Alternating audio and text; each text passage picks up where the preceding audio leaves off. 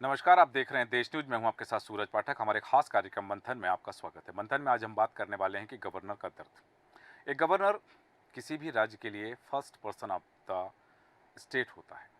वो first person in the state होता है। और यदि एक गवर्नर को अपनी बात ये कहना पड़े कि राज्य सरकार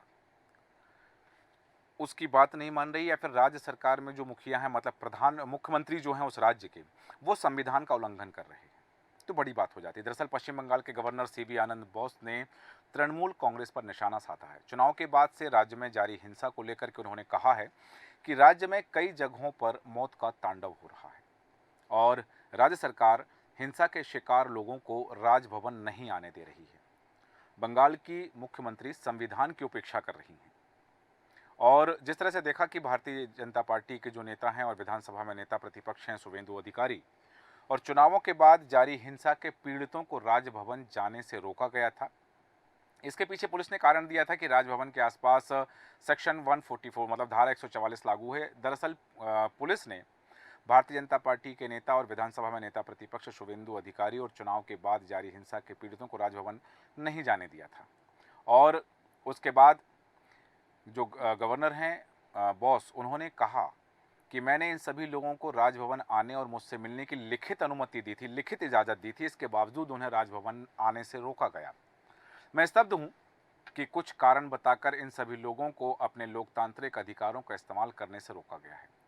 गवर्नर ने कहा कि मुख्यमंत्री संवैधानिक नियमों का उल्लंघन कर सकती हैं। मैं यह सुनिश्चित करूंगा कि, क्योंकि उन्होंने जिस तरह से कहा कि संवैधानिक नियमों का उल्लंघन कर रही हैं और मैं ये होने नहीं दूंगा, उन्होंने कहा कि मैं सुनिश्चित करूंगा कि अपनी जिम्मेदारियों को पूरा करूं, क्योंकि राज्य में मौत का तांडव हो रहा है। यहाँ एक बात है कि यह एक याचिका पर, जब इस मामले में याचिका लगाई गई तो कलकत्ता हाईकोर्ट ने कहा कि क्या गवर्नर को हाउस अरेस्ट करके रखा है, कि वो किसी से मिल नहीं सकते, या उनको वो कोई कुछ लोग उनसे मिलना जाना चाहे तो उनको रोका जाएगा।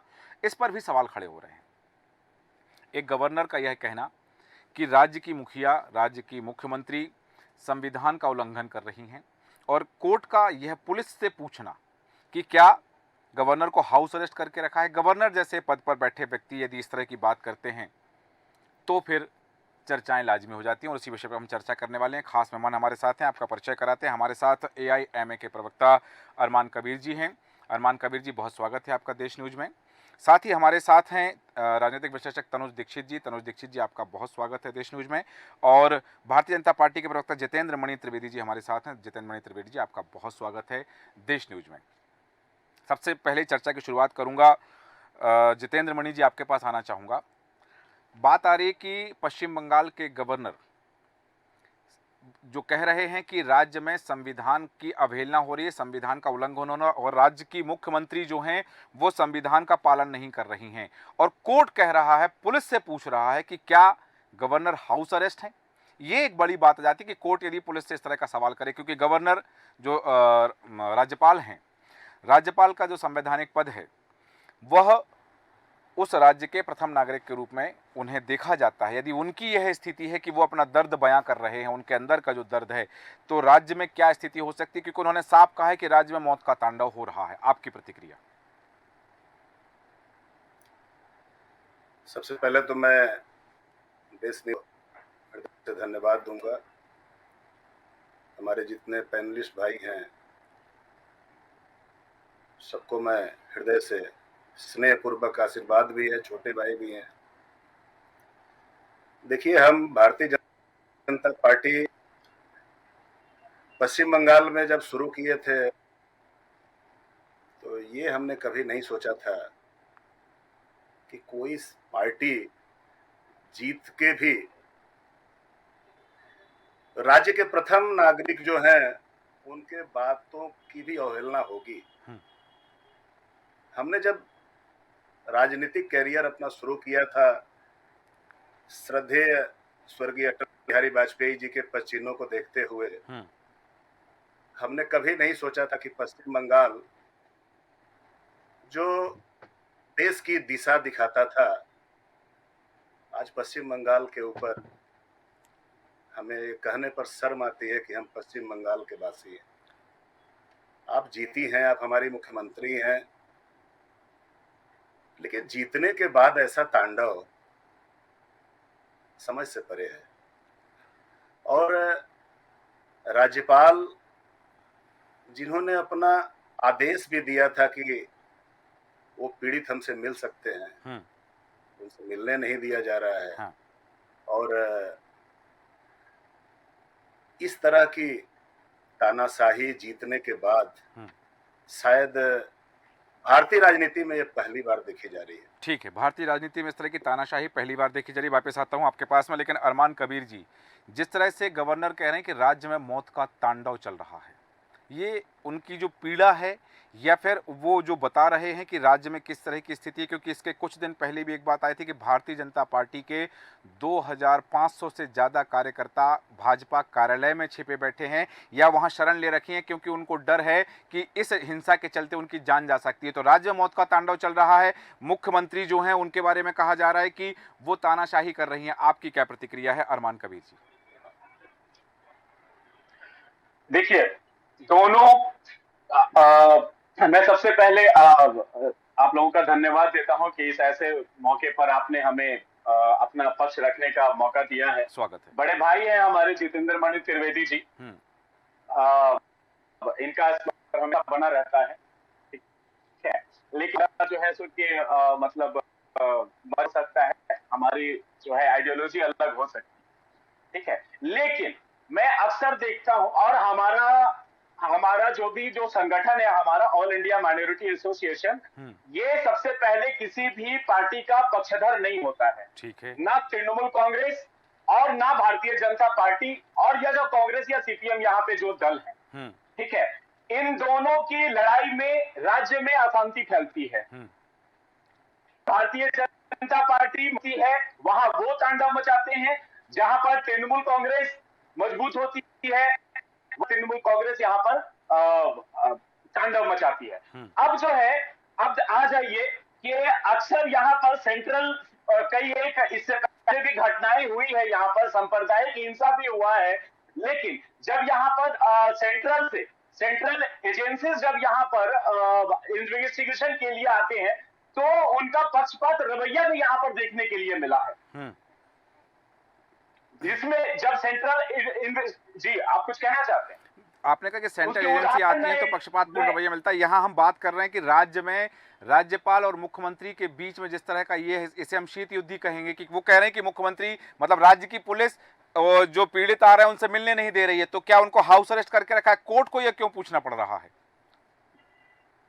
देखिए, कोर्ट को जो पूछना पड़ रहा है, इस पर अगर कोई पीड़ित है, राज्यपाल से मिलना चाहता है और राज्यपाल अगर उन्हें मिलने की इजाजत देते हैं, जैसा कि हम खबरों में आ रही है कि राज्यपाल ने मिलने के लिए इजाजत दिया है, तो उन्हें मिलने देना चाहिए। और यहाँ की सरकार को भी इसका स्वतः संज्ञान लेना चाहिए। ऐसे मौके पर, क्योंकि सुरक्षा की जिम्मेदारी यहाँ की राज्य सरकार की है, राज्यपाल तक तो ये मामला जाना ही नहीं चाहिए था। ठीक है, तो आपने कहा कि यह मामला राज्यपाल तक जाना ही नहीं चाहिए था वहां, क्योंकि बात ये हो रही है कि भारतीय जनता पार्टी के कार्यकर्ता जो हैं उन्हें अपनी जान खतरे में नजर आई। वापस आता हूं आपके पास में, तनुज दीक्षित जी, आपसे जानना चाहूंगा, देश, भारत, राष्ट्र जिसकी हम बात करते हैं, उस देश के नागरिक की सुरक्षा जहां केंद्र सरकार की जिम्मेदारी है, दूसरी तरफ राज्य सरकार की जिम्मेदारी है अपने नागरिकों की सुरक्षा की। लेकिन यदि किसी राज्य में यदि नागरिकों की सुरक्षा की जिम्मेदारी राज्य सरकार नहीं ले रही है, क्योंकि वो भारतीय जनता पार्टी के कार्यकर्ता हैं, मतलब भारतीय जनता पार्टी के कार्यकर्ता, मतलब पश्चिम बंगाल में भारतीय जनता पार्टी सरकार में नहीं है, सत्ता में नहीं है, वहाँ टीएमसी की सरकार है। यदि वहाँ तृणमूल कांग्रेस की सरकार होते हुए किसी भी दल के कार्यकर्ता को, नेता की सुरक्षा की बात यदि की जाती है कि वो सुरक्षित नहीं है, तो सबसे पहले राज्य सरकार की नीयत और कार्यप्रणाली पर सवाल खड़े होते हैं। दूसरी तरफ जहां गवर्नर को यह कहना पड़ रहा है कि राज्य में मौत का तांडव चल रहा है, ये चिंता उनकी कितनी जायज है? और क्या, जैसा कि अभी जो बात अरमान जी ने कही कि राज्य सरकार को स्वतः संज्ञान में लेना चाहिए, तो सरकार क्यों संज्ञान में नहीं ले पा रही है? देखिए, मैं सारी चीजें क्लियर करता हूँ। सबसे पहले ये समझा जाए कि 34 साल लेफ्ट की गवर्नमेंट थी वेस्ट बंगाल में, वामपंथी सरकार थी। सन 2011 से तृणमूल कांग्रेस की सरकार आई है। आप ये देखिए, ये जो विक्टिम्स हैं, ये जिस तरीके की कृत्य पश्चिम बंगाल में हम रोजाना देख रहे हैं, इसे पॉलिटिकल किलिंग कहा जाएगा। ये जो घटना है, जो वामपंथियों के समय पे कम और तृणमूल के समय से धीरे धीरे प्रोग्रेसिव है। और हम ये देखें कि सन 2023 के पंचायत के चुनाव के समय आंकड़े बोलते हैं, मैं नहीं बोल रहा हूँ, आंकड़े बोलते हैं 50 पॉलिटिकल किलिंग हुई है, 50 पॉलिटिकल किलिंग।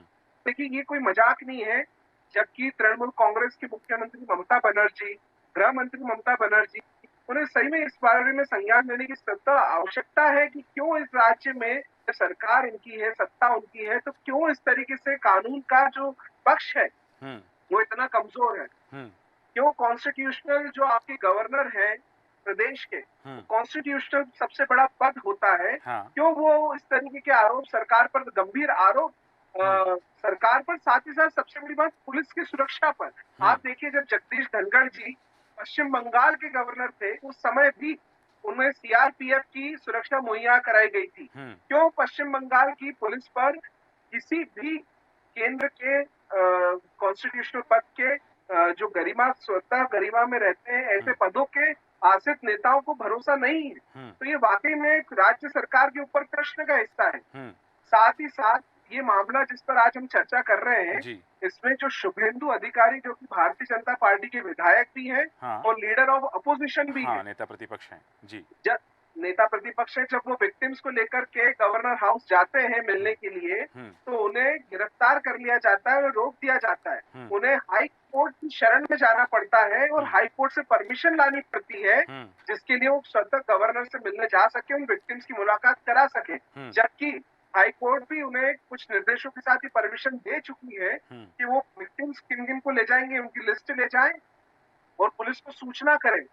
उसके बाद वो निश्चित रूप से शायद गवर्नर से जल्दी ही मुलाकात कर पाएंगे और जो राज्य में स्थितियां चल रही है उसके बारे में भी जानकारियां दे पाएंगे। ठीक है, वापस आता हूं आपके पास में तनु दीक्षित जी, और इस समय टीएमसी के प्रवक्ता जाहिद हुसैन जी हमारे साथ जुड़े हुए। जाहिद हुसैन जी, बहुत स्वागत है आपका देश न्यूज में, और सीधे आप ही के पास आ रहा हूं। जाहिद हुसैन जी, बात हो रही है सरकार पर आरोप लग रहे हैं, और आरोप लगाने वाला कोई और नहीं, एक बड़ा व्यक्ति है, राज्य का प्रथम नागरिक है, जिन्हें हम गवर्नर कहते हैं। वो आरोप लगा रहे हैं कि टीएमसी की जो सत्ताधारी दल है और खास तौर से जो मुख्यमंत्री हैं, वो संविधान का हनन कर रही हैं, संविधान का उल्लंघन कर रही हैं, और यहाँ मौत का तांडव मचा हुआ है राज्य में। मैं पहले तो आपको, आपके चैनल को नमस्कार करता हूं। हमारे भाई जितने बैठे हुए हैं सबको मेरा प्रणाम और नमस्कार और आदाब जी। मेरी बात को जरा ध्यान से सुने आप। बिल्कुल। कहाँ मौत का, गवर्नर का काम ऐसा है, गवर्नर जी कोई ये नहीं है, गवर्नर गवर्नर होता है, उनका मर्यादा बहुत ऊपर है। राजनेता जो होते हैं आते हैं चले जाते हैं, नहीं गवर्नर का जगह हम लोग शपथ भी लेने जाते हैं तो गवर्नर ही से ना शपथ लेते हैं, किसी और से नहीं ना जी। अगर ये सब बात अगर कोई पॉलिटिकल पार्टी करे तो बेहतर है ना, या बीजेपी करे या कांग्रेस करे या टीएमसी आपका सीपीआईएम करे, तो बात मानने के, उनको पॉलिटिक्स में आने की क्या जरूरत। गवर्नर तो काम गवर्नर ही होता है, इसलिए इसे पॉलिटिक्स में आना उनको मैं बेहतर नहीं समझता हूँ। तो ये वो जो कह रहे हैं कि भले पॉलिटिकल, उन्होंने कहा कि वो, आपने कहा कि वो पॉलिटिकल बात कह रहे हैं, उन्हें नहीं कहना चाहिए, लेकिन यहाँ एक बात यदि उन्होंने कहा कि राज्य में मौत का तांडव मचा है, राज्य के लोग मारे जा रहे हैं। कहाँ तांडव मचा हुआ? इससे पहले भी आप लोग बोले वो जो ये था बहुत तांडव है, ये हुआ 3,70,000 वोट से लोग जीत गया। कहाँ तांडव है? बसीरहाट का सीट का मतलब आपके कहने के अनुसार कि राज्य में सब कुछ कुशल है, शांति है, कहीं कोई परेशानी नहीं है। अरे ये इलेक्शन का मौका है, थोड़ा दंगा होगा, थोड़ा दंगा का मतलब तू मैं होगा, ये होगा। अभी तक तो दंगा का ही नहीं हुआ है। ठीक है जितेंद्र मणि जी, तो फिर भारतीय जनता पार्टी के कार्यकर्ता भारतीय जनता पार्टी के कार्यालय में 2500 कार्यकर्ता क्यों छिपे बैठे हैं? उन्हें अपनी जान की परवाह क्यों है, जब यहाँ जो जाहिद हुसैन जी कह रहे हैं कि सब कुछ शांति है, कहीं कोई परेशानी नहीं है? नहीं भाई से हम पूछना चाहते हैं, क्या वो तृणमूल कांग्रेस के कार्यकर्ता हैं? अरे जाहिद भाई, थोड़ा आंख खोल कर देखिए पश्चिम बंगाल को। जिस समय सरकार सीपीएम भैया, जिस समय मैं आपका बहुत दिल से मैं इज्जत करता हूँ। आप एक महान हस्ती हैं, छोटा मोटा नहीं है। आप इस पद में यहाँ आ गए हैं, बैठ गए हैं, तो मैं आपको छोटा नहीं समझता हूँ। आप सोचने की बात है, इसमें तो पॉलिटिकल कोई आदमी कहाँ है हमको बताइए, तो मैं चलता हूँ। आइए मेरे साथ में हम चलते हैं। कहाँ कोई ऐसा बात होगा? मैं उन लोगों के साथ साथ कंधा से कंधा मिला के साथ है। वो लोग भी इंसान है भाई, ये सब खत्म हो गया, इलेक्शन बेले खत्म हो घाटा गया, ये बेले खत्म हो गया। ठीक है जाहिद हुसैन जी, आता हूँ जितेंद्र मणि जी की बात पूरी हो जाए त्रिवेदी जी की। जी त्रिवेदी जी। जाहिद भाई, मैं अपने मैं इतना ही पूछना चाहता हूं, अगर पीड़ित राज्य के प्रथम व्यक्ति से मिलना चाहते हैं, जिनको वर्तमान सरकार पर भरोसा नहीं है, छोड़कर भागे हुए हैं, और उन्होंने आदेश भी दे दिया है, फिर भी उनको अगर नहीं मिलने दिया जा रहा है, तो ये तो कुछ न कुछ दाल में काला है ही है। आज हमारे भारतीय जनता पार्टी के कार्यालय में आप गिन सकते हैं 2500 कार्यकर्ता अपने परिवार को छोड़कर, अपने बच्चों को छोड़कर, क्या इसी दिन के लिए हम लोगों ने भाजपा ज्वाइन किया था? जो आज भागे हुए हैं, जाहिद भाई आप सोचिए, आप अगर भाजपा में होते और आपका एक मिनट में आपका उत्तर दे दूं, बातों का उत्तर दे दूं। जी, आप अपने परिवार से छोड़कर बीच में उत्तर भी लेते चलिए। जी बिल्कुल जाहिद हुसैन जी, आ रहा हूँ आप ही के पास। त्रिवेदी जी, जाहिद हुसैन जी आपकी बात का उत्तर देना चाह रहे हैं। मैं उत्तर देना चाहता हूँ, सुनिए जी सर, मेरी बात का। हाँ बोलिए जाहिद हुसैन जी। हम बोले एक लड़का पोलिंग एजेंट बीजेपी का बना था सॉल्ट लेक में, वो कर्नल का बेटा था, ठीक है ना। तो उसमें धक्का धुक्की हुआ, मुझे मालूम हुआ, मैं फौरन वहाँ के जो एमएलए सुजीत बोस, उनको फोन करके बताया हूँ, उससे पूछ लीजिए आप, ठीक है समझे ना। जाहिद हुसैन जी, ऐसा कोई आदमी अगर करता है, एक कर्नल का लड़का जो देश सेवा करता है, जिसका पिता, उसके बच्चे को भी अगर रोका जाता है, तो कहीं ना आप बोलिए ना कहाँ छिपा हुआ, मैं उसको जाके ठीक करता हूँ। आप बोल दीजिए, बताइए, मेरे साथ आइए। आप मैं चल नहीं होता मैं कुछ पूछता हूँ, मेरे को भी सवाल जी तनुज जी, बिल्कुल आ रहा हूँ आपका। तनुज दीक्षित जी, आप कुछ कहना चाह रहे हैं? मैं ये जाहिद जी से भी सवाल करता हूँ। सन 2011 से टीएमसी की सरकार है, तृणमूल कांग्रेस की सरकार है पश्चिम बंगाल में। उसके बावजूद भी अगर आप 2016-2021 के जो विधानसभा के चुनाव हुए, उनके अगर आंकड़े देखेंगे, तो pre polling and post polling 2-2.5 महीने बाद तक में जो भी पॉलिटिकल किलिंग है, उनके आंकड़े लगभग 50 को छूते हैं। इसके अलावा भी आप 2019 लोकसभा के चुनाव देखिए, 2024 लोकसभा देखिए, दोनों चुनाव में, और खास करके पंचायत के 2023 के चुनाव के अंदर भी 50 के आंकड़े, लगभग यही आंकड़ा पिछले लगातार हर बार पॉलिटिकल किलिंग का होता है। ऐसा क्यों होता है? ठीक है जाहिद हुसैन जी, राज्य में तरक्की की हिस्सा बनी हुई। जाहिद हुसैन जी, तनुज दीक्षित जी के प्रश्न का उत्तर दीजिए कि आखिर पश्चिम बंगाल ही वो राज्य क्यों है जहां पर पॉलिटिकल किलिंग होती है? सब आपके जी। अच्छा सर, उनसे पूछे ना, मणिपुर की बात क्यों नहीं कर रहे हैं? मणिपुर की बात कीजिए ना सर। बंगाल का है, यहाँ कहाँ किया हुआ एक भी, कहाँ लोग मरे हैं? बंगाल का है, आज हम बंगाल की चर्चा करेंगे। जब मणिपुर की चर्चा होगी तब हम हिंदुस्तान की चर्चा करेंगे। हम लोग हिंदुस्तान में हैं। ठीक है, मणिपुर हिंदुस्तान से अलग नहीं है। ठीक है, पश्चिम बंगाल हिंदुस्तान में है जाहिद हुसैन जी, पश्चिम बंगाल हिंदुस्तान में है। ठीक है, यदि पश्चिम बंगाल हिंदुस्तान में, तो हिंदुस्तान के उन नागरिकों को अपनी सरकार पर, राज्य सरकार पर भरोसा क्यों नहीं है फिर कि वो राज्यपाल के पास जा रहे हैं जो पीड़ित लोग हैं?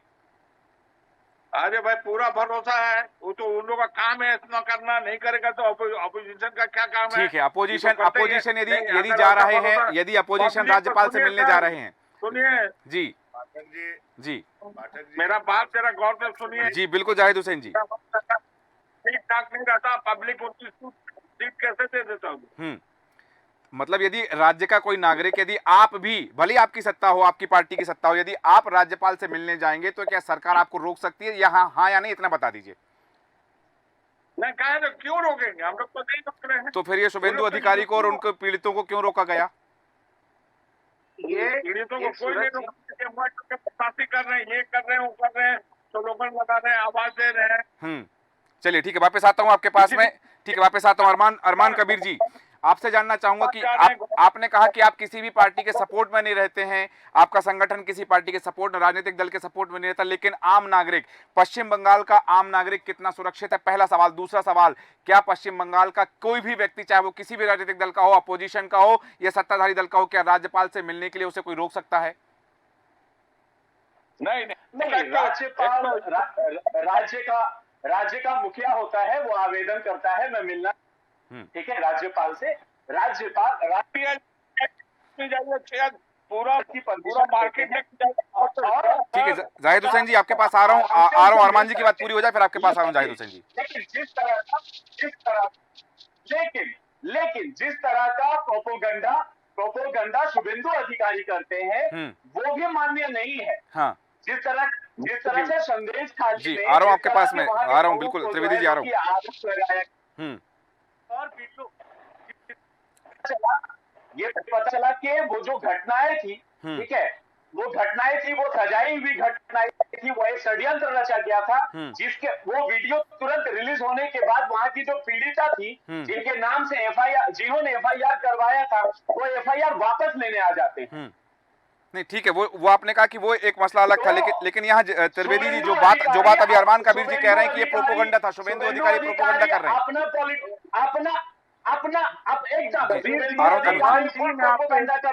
पूरे बंगाल में। आप एक सत्ता में रहे, ठीक है, किसी भी पार्टी के लोग हो, किसी की सत्ता हो, लेकिन लोगों की जान जा रही है। ठीक है जी त्रिवेदी जी, जैसा कि अभी अरमान कबीर जी कह रहे हैं कि उनका प्रोपोगंडा था ये।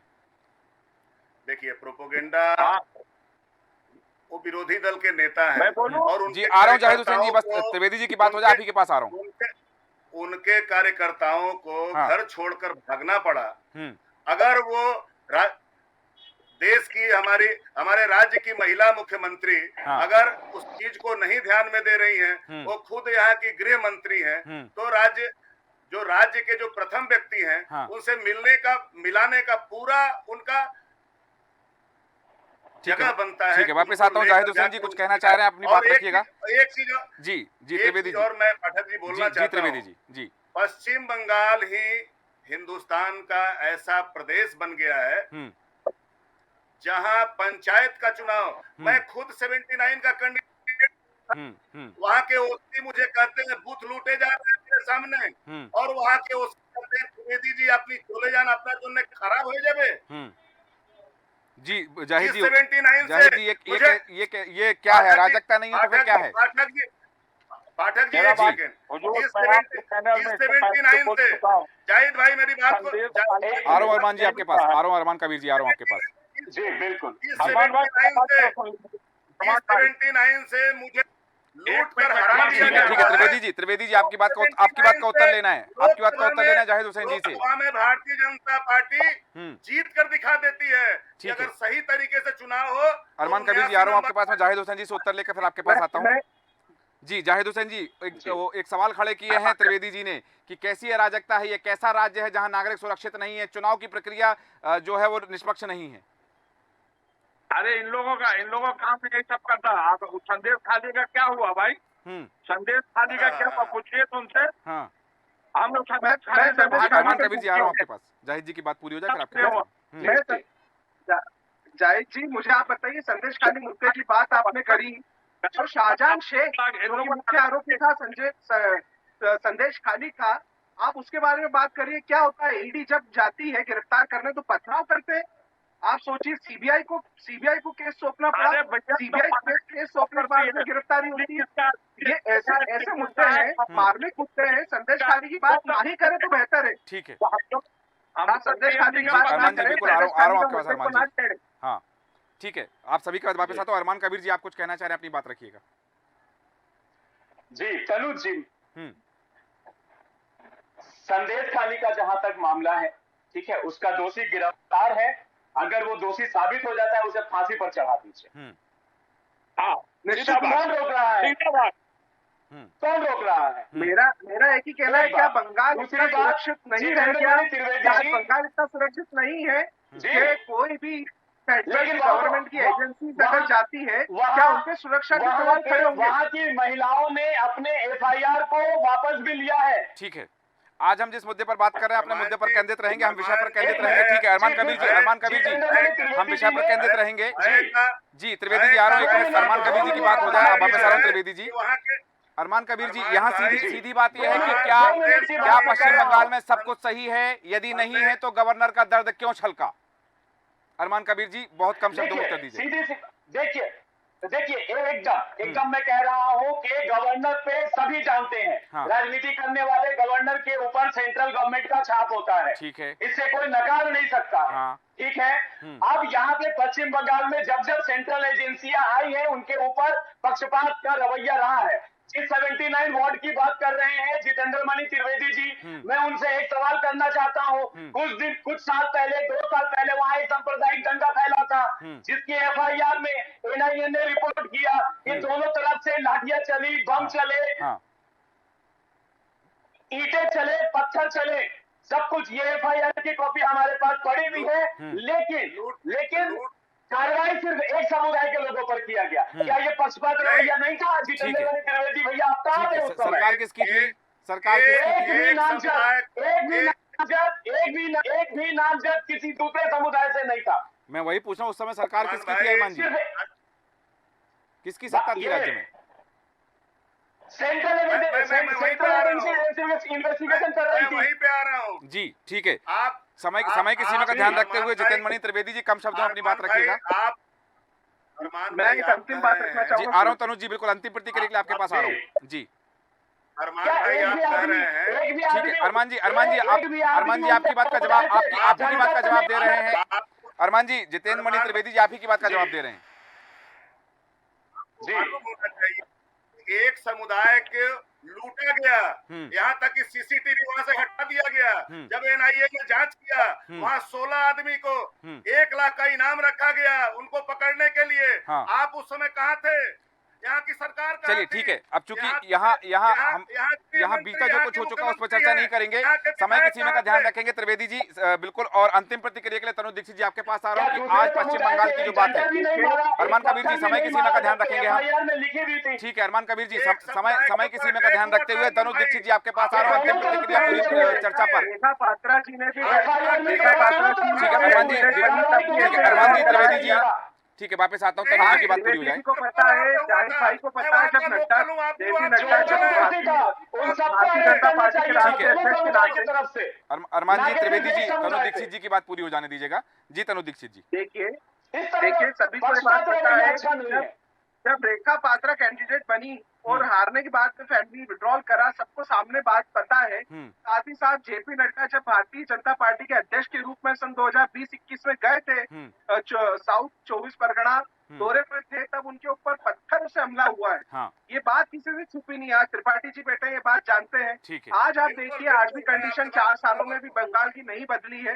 आज भी जेपी नड्डा जी ने कमेटी का गठन किया है जिसमें रविशंकर प्रसाद पूर्व केंद्रीय मंत्री, साथ ही साथ अपने सांसद कविता पाटीदार और अन्य 2 सांसदों को लेकर के कमेटी बनाई है जो कि कूच बिहार और नॉर्थ बंगाल का दौरा करेंगे। तनुज जी क्या शुभेंदु अधिकारी ने जो कुछ किया वो प्रोपोगंडा था? नहीं, मैं कहता हूँ ये प्रोपोगंडा था नहीं था, एक सेकेंडरी बात है, पर गवर्नर से विक्टिम्स को मिलना और उनको रोकना ये जरूर प्रोपोगंडा। ये जनता का अधिकार है, ये जनता का अधिकार है कि आम जनता, राज्य की जनता गवर्नर से मिल सकती है और उन्हें रोका गया है तो ये उनके अधिकारों का हनन है। और जिस तरह से गवर्नर आरोप लगा रहे हैं कि राज्य की जो सरकार है वो संविधान का हनन कर रही है, संविधान का उल्लंघन कर रही है, बड़ी बात हो जाती है कि राज्य का गवर्नर राज्य के मुख्यमंत्री पर आरोप लगाए। और यहाँ बड़ी बात यह भी आ जाती है कि जब हाईकोर्ट यदि पुलिस से पूछ ले कि क्या गवर्नर हाउस अरेस्ट हैं, कि उनसे कोई मिल नहीं सकता है या वो किसी से मिल नहीं सकते हैं, तब सवाल खड़े होते हैं। हालांकि बिंदु और हैं जिन पर हम चर्चा कर सकते हैं, पर समय हमें अनुमति नहीं देता, इसलिए चर्चा को विराम देंगे। अरमान कबीर जी, तनुज दीक्षित जी, जितेंद्र मणि त्रिवेदी जी, जाहिद हुसैन जी, आप सभी का धन्यवाद चर्चा में शामिल होने के लिए। बात हो रही है गवर्नर के दर्द की, क्योंकि पश्चिम बंगाल के गवर्नर का दर्द छलका है और राज्य में मौत का तांडव हो रहा है। ये कहा है सीवी आनंद बोस ने, पश्चिम बंगाल के गवर्नर। उन्होंने कहा कि लोकसभा चुनाव के बाद से लगातार हिंसा जारी और पुलिस ने पीड़ितों को गवर्नर से मिलने से रोका है, जिस पर यह पूरी सियासत गरमाई हुई। अब देखना होगा कि इस मामले में और आगे क्या कुछ पटकथा और कथानक हमारे सामने आता है। हमारे आज के खास कार्यक्रम में इतना ही। बने रहे देश न्यूज के साथ। नमस्कार।